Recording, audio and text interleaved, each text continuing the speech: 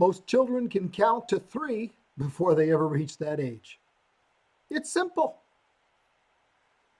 You know, some very important things in life are as simple as 1, 2, 3.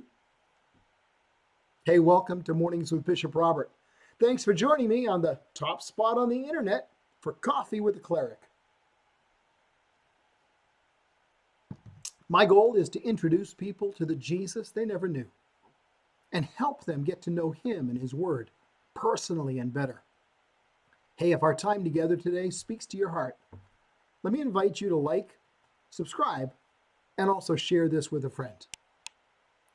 Well, today's verse says, fear God and obey his commands. And my guess is you're scratching your head a bit right now and wondering, how does he get 3 elements from a verse that clearly only has 2 parts? Well, I'm glad you asked. Let's begin by unpacking that word fear a little bit, because it's one of those words that's defined by context. I'll use another well-known word to explain it. Love. We all understand the word love has a very broad number of meanings. We determine the meaning from the context.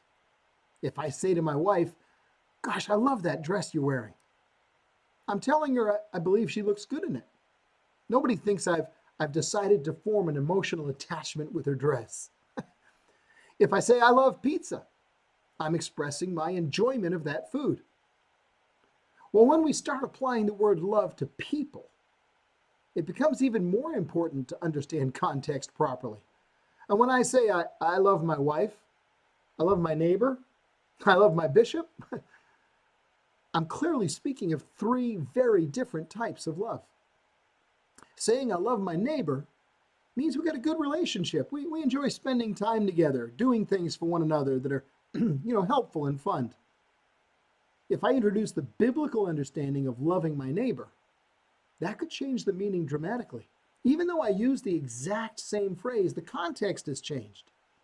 In that context, I'm speaking about a personal commitment to demonstrate characteristics to my neighbor that show off the love of Christ. Context is critical. That's why the current catchphrase insisting that all love is so insidious. Because while I can agree that all love is love, that doesn't equate to agreeing that all loves are equal or that all loves should be expressed in the same way. There's many different types of love. Some only appreciative, some relational, one of them sexual, another sacrificial. Miss or deliberately obscure the context, and you end up violating the very meaning of the term. Well, back to fear, because that's also a word clearly defined by context. It can mean to be afraid of something, of course. Perhaps that's the most obvious and common meaning. Everyone feels fear. Sometimes it's the most appropriate response. I remember an incident when I was in an open Jeep out in the bush of an African nation. We were driving along, enjoying the scenery, seeing some wild animals out on the plains. Suddenly our driver stopped the Jeep, put a finger to his lips, telling us to be silent. Well, as I looked up at the road ahead, I could see a large pride of lions walking across the roadway. We sat silently as they passed and then disappeared into the bush. After some time had passed, our driver told us that it was wise never to disturb lions. If we had driven our Jeep into the midst of them as they were crossing the road, we'd have been seen as a threat. And making lions feel threatened is a sure way of meeting Jesus. Well, the fear I felt when I saw the lions wasn't your average, ordinary, afraid type of fear. It was a feeling of awe that came upon me. There was an internal recognition of the power and strength that large male lion possessed. Actually, standing in awe, it's another meaning of the word fear. And it also carries with it an internal warning to stay back. Another meaning of the word fear is to give honor and reverence. But then there's one special meaning of the word fear that's used only in relationship to God. It combines some other elements of the word: awe, honor, respect, and reverence. But this type of fear, the fear of the Lord, also includes a recognition of the sacred holiness of God. It's an astonishment of awe, inspired in our hearts when God draws near. It's a holy and an awesome recognition of who God is. That's the goal of the verse. Fear God and obey his commands. We recognize God's awesome majesty, his absolute holiness, his power, his authority, and we're awestruck. We view his majesty and recognize our insignificance. We view his holiness, and we're confronted by the filthiness of our sin. We view his power and authority, and we perceive our own weakness. The fear of the Lord drives out everything else. Oswald Chambers, a Christian writer, once said, "The remarkable thing about God is that when you fear God, you fear nothing else. Whereas if you do not fear God, you fear everything else." As we behold him, the fear of the Lord comes on us, and we fall to our knees in reverence and submission. The fear of the Lord causes us to love him with all of our heart, soul, mind, and strength.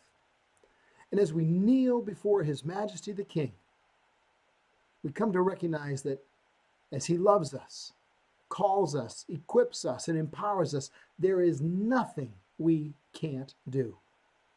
All things are possible with God, even him using people like us. Fear God and obey his commands. Obey? Of course I'll obey. When the fear of the Lord's within me, and the fear of everything and anything else is driven away, how could I not obey?